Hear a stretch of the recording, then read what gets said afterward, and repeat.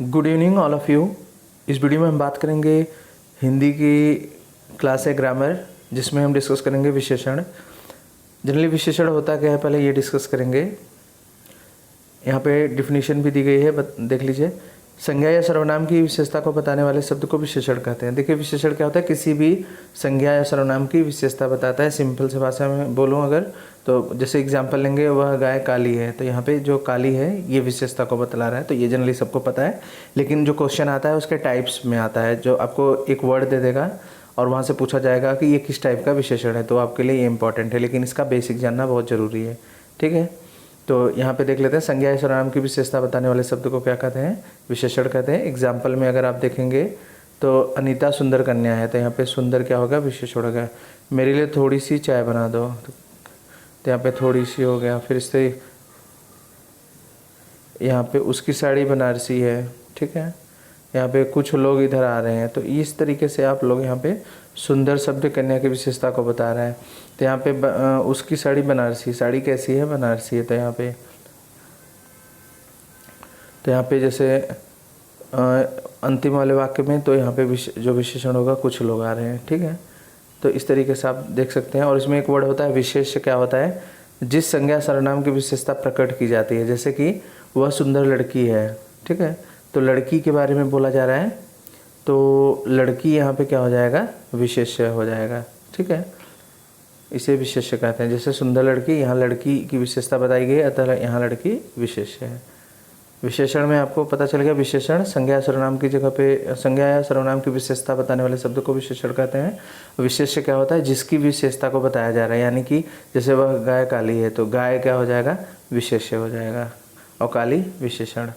यहाँ से आपके क्वेश्चन बनते हैं एग्जाम में, विशेषण के भेद, यानी कि उसके टाइप कौन कौन से होते हैं। ठीक है, तो पहला है गुणवाचक विशेषण, जो शब्द संज्ञा या सर्वनाम के गुण, दोष, रंग, आकार तथा दशा आदि का बोध कराते हैं, उसे गुणवाचक विशेषण कहते हैं। जैसे ललित बुरा लड़का है, उसका नौकर लालची और आलसी था, यहाँ पे मैं खट्टा आम खा रही हूँ। इस तरीके से यहाँ पे ढेर सारे एग्जाम्पल दिए गए हैं। फिर इसमें देखेंगे, जो शब्द संज्ञा सर्वनाम के गुण को, दोष को, रंग को, आकार को तथा आदि का बोध कराते हैं, उन्हें गुणवाचक विशेषण कहते हैं। तो यहाँ पे ललित बुरा लड़का है, कैसा है, बुरा लड़का है। लालची हो गया, आलसी हो गया, खट्टा हो गया, ये सभी क्या हो जाएंगे, गुणवाचक विशेषण हो जाएंगे, जिसमें गुण, दोष, रंग, आकार तथा दशा आदि का, यही चीज़ याद रखना है। संज्ञा सर्वनाम के गुण, दोष, रंग, आकार तथा दशा आदि का बोध कराते हैं, उसे गुणवाचक विशेषण कहते हैं।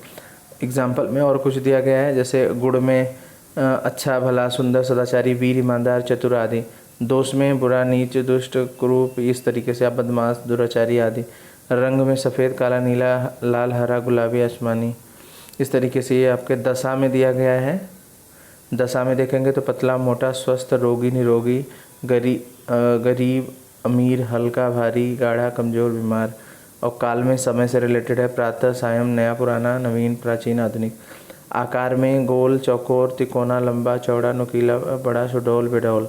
स्वाद में मीठा, खट्टा, नमकीन, कड़वा, ये सभी गुणवाचक विशेषण हैं।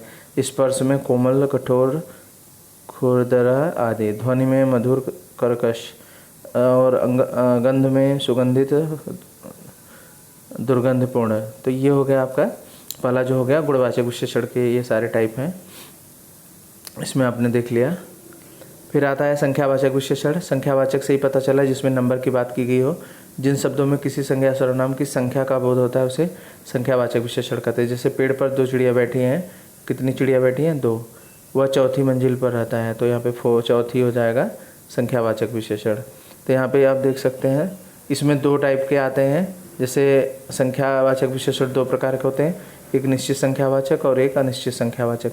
संख्यावाचक में क्या होगा, निश्चित संख्यावाचक का मतलब है कि 1, 2, 3, 4, दूसरा, तीसरा, 2 गुना, तीनों आदि शब्द निश्चित वाचक, यानी कि इन सब में नंबर आपको पता है। ठीक है, और जो यहाँ पे अनिश्चित वाचक है, जैसे कि कुछ, थोड़ा, सैकड़ों आदि, मतलब सैकड़ों, मतलब यहाँ पे थोड़ा करके कुछ हो गया, तो इसमें नंबर एग्जैक्ट पता नहीं रहता कि कितने हैं, तो इसलिए ये आपका अनिश्चित संख्यावाचक विशेषण हो जाएगा। ठीक है, थर्ड पॉइंट आता है परिमाणवाचक विशेषण।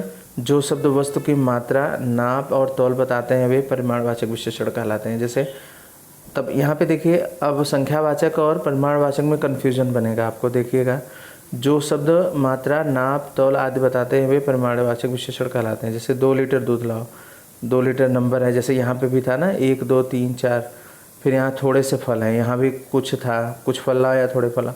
तो अभी मैं बताऊँगा कि इनको डिफरेंस कैसे क्लियर करना है, ठीक है। इन वाक्यों में 2 लीटर शब्द दूध का परिमाण बता रहे हैं तथा थोड़े शब्द फल का परिमाण बताता है, यह परिमाणवाचक विशेषण है। अब यहाँ पे परिमाणवाचक विशेषण निम्नलिखित 2 प्रकार के होते हैं, निश्चित परिमाणवाचक और अनिश्चित परिमाणवाचक। जिन विशेषणों में वस्तु का या पदार्थ की निश्चित मात्रा का बोध होता है, यही ध्यान दीजिएगा, वस्तु या पदार्थ की निश्चित मात्रा हो, जैसे कि वो 8 किलो चीनी लाया, 8 किलो, मेरी कमीज में 2 मीटर कपड़ा लगता है, तो यहाँ पे नंबर फिक्स है, तो ये निश्चित परिमाणवाचक हो गया। निश्चित में गिलास में कुछ पानी है, कितना है पता नहीं है, भिखारी को थोड़ा आटा दे दो, थोड़ा सा दे दो, यानी कि लगभग में, थोड़ा सा क्लियर नहीं रहता कुछ। तो यहाँ पे देखिए दोनों का डिफरेंस बताया गया है कि परिमाणवाचक तथा संख्यावाचक विशेषणों में अंतर। कुछ शब्दों का प्रयोग परिमाणवाचक और संख्यावाचक विशेषण दोनों के लिए होता है, जैसे थोड़ा, कम, बहुत आदि। यहाँ तो ध्यान देने योग्य बात यह है कि यदि विशेष गिनी जा सकने वाली वस्तु है तो उसके साथ प्रयुक्त विशेषण संख्यावाचक माना जाता है, अन्यथा उसे परिमाणवाचक माना जाता है। अगर कोई काउंट कर लेते हो तो आपका क्या हो जाता है, संख्यावाचक विशेषण, और अगर आप काउंट नहीं कर सकते तो उसे बोला जा रहा है परिमाणवाचक विशेषण। जैसे यहाँ पे देखिए, जैसे कुछ दूध, तो ये परिमाणवाचक हो गया, कुछ लोग, तो ये हो जाएगा, दूध को काउंट नहीं कर सकते जबकि कुछ लोगों को काउंट कर सकते हो, तो काउंट कर सकते हो तो संख्यावाचक, और नहीं काउंट कर सकते तो आपका परिमाणवाचक। फिर थोड़ा सा आटा, ये काउंट नहीं कर सकते जबकि थोड़े बच्चे, तो इनको काउंट कर सकते हो। तो ये आपको डिफरेंस सब क्लियर हो गया होगा अच्छे से। यानी कि परिमाणवाचक में आपको जो भी अमाउंट रहेगा वो काउंट नहीं कर सकते, और संख्यावाचक में जो भी रहेगा, थोड़ा बोला गया है लेकिन जितने भी होंगे उसको आप काउंट कर सकते हो। नेक्स्ट है आपका सार्वनामिक विशेषण। जो सर्वनाम शब्द विशेषण के रूप में प्रयुक्त होते हैं उन्हें सर्वनामिक विशेषण कहते हैं।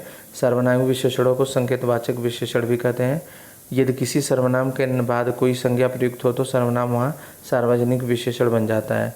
जैसे वह लड़की हंसती है, ये मेरे कपड़े हैं, यह पुस्तक अमृता की है, वे कौन लोग थे।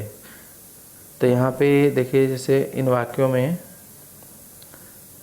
वह, यह, मेरे, कौन, कैसे के पश्चात क्रम से लड़की, पुस्तक, कपड़े, लोग आदि आदमी संज्ञा शब्द आए हैं। तो संज्ञा शब्दों की विशेषता बताने के कारण यह, वह, मेरे, कौन, कैसे क्या हो गए, सभी विशेषण हो गए। इसी को क्या बोला जाता है, सार्वनामिक विशेषण। ठीक है, फिर आगे देखेंगे, वह मेरा भाई है, सर्वनामिक विशेषण। वह लड़का मेरा भाई है, ये तो वह सर्वनाम हो गया। ठीक, तो यहाँ पे आपका वह जो होगा सार्वनामिक विशेषण होगा। फिर लास्ट है इसमें व्यक्तिवाचक विशेषण। जो विशेषण व्यक्तिवाचक संज्ञाओं से बनाए जाते हैं उन्हें व्यक्तिवाचक विशेषण कहते हैं। जैसे जापानी मशीन, वाराणसी साड़ी, इलाहाबादी अमरूद, जयपुरी लहंगा, भारतीय संगीत आदि, ये सभी क्या हो जाएंगे, व्यक्तिवाचक विशेषण हो जाएंगे। फिर से देख लेते हैं इसको। जो विशेषण व्यक्तिवाचक संज्ञाओं से बनाए जाते हैं उन्हें व्यक्तिवाचक विशेषण कहते हैं। एग्जाम्पल आप देख ही सकते हैं। तो ये था आपका मतलब मेन पॉइंट 5 थे विशेषण और उसके टाइप। ठीक है, वीडियो पसंद आए तो लाइक करिएगा और चैनल को सब्सक्राइब कर लीजिए, जिससे कि इस टाइप की वीडियो आपको सही समय पे मिल सके। Thank you for watching.